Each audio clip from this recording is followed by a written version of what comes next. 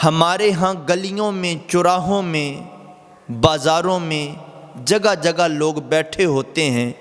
کھڑے ہوتے ہیں، اور کام کیا ہوتا ہے کہ کسی کی عزت اچھالی جا رہی ہوتی ہے، کسی کے خلاف باتیں کی جا رہی ہوتی ہیں،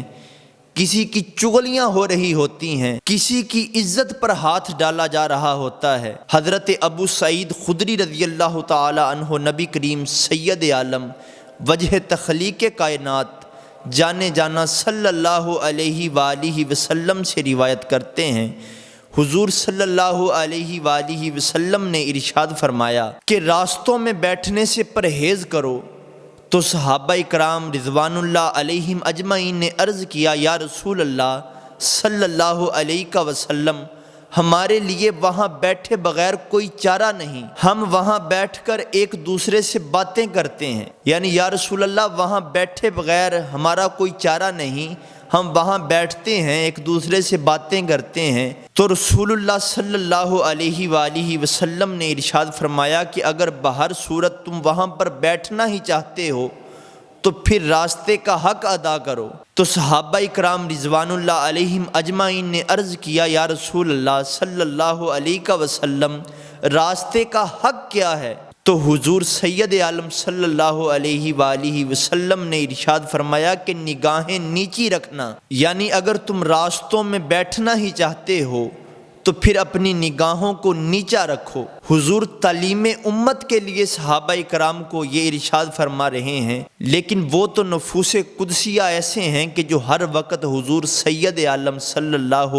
علیہ وآلہ وسلم کا چہرہ دیکھتے رہتے تھے، پھر ان کی نظر کیسے میلی ہو سکتی ہے؟ اور سب سے بڑی بات نظر کا پاک ہونا ہے، اور سب سے زیادہ گناہ بندہ اپنی نظر کی وجہ سے کرتا ہے۔ جب بندہ کسی کو دیکھتا ہے تو آنکھیں وہ تصور اپنے اندر جما لیتی ہیں،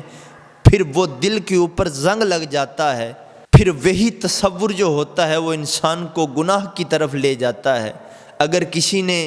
دیکھنا ہی ہے تو پھر وہ قرآن کھول کے دیکھے۔ اگر اللہ تبارک و تعالیٰ نے اتنی خوبصورت آنکھیں عطا کی ہیں تو پھر یہ آنکھیں حضور کا فرمان ہی پڑھیں۔ اور دوسرے نمبر پر حضور نے فرمایا کہ راستے سے تکلیف دہ چیز کو ہٹا دینا یہ راستے کا حق ہے،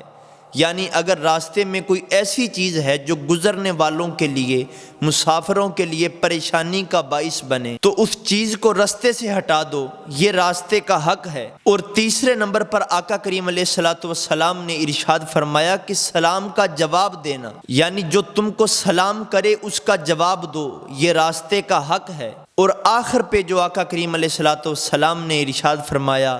کہ نیکی کا حکم دو اور برائی سے روکو، یعنی راستے کے حق میں سے ایک حق یہ بھی ہے کہ جہاں پر تم بیٹھو، جہاں پر تم کھڑے ہو، جہاں پر تمہارا بیٹھنے کا معمول ہو تو پھر تم نیکی کا حکم دو، تم اچھی باتوں کی تلقین کرو، لوگوں کو اسلام کی طرف لے کے آؤ، نیکی کی رغبت دلاؤ اور برائی سے روکو، برے کاموں سے منع کرو۔ کہیں ایسا نہ ہو کہ ہم اپنی جوانی کو، اپنی زندگی کو برے کاموں میں گزار دیں، بلکہ حضور نے ہمیں یہ درس دیا ہے، ہمیں یہ حکم دیا ہے کہ جب تم راستوں میں بیٹھو، اپنے دوستوں کے پاس بیٹھو تو ہمیشہ ان کو اچھی بات کی تلقین کرو، ان کو برے کاموں سے روکو۔ اگر ان سے کوئی بات کرنی ہے تو پھر اللہ رسول کی بات کرو، ان کو رسول اللہ کی محبت سکھاؤ، حضور کے صحابہ کی محبت سکھاؤ، حضور کی اہل بیت کی محبت سکھاؤ، ان کو قرآن کی تعلیم دو کہ ہم کو قرآن نے کیا حکم دیا ہے،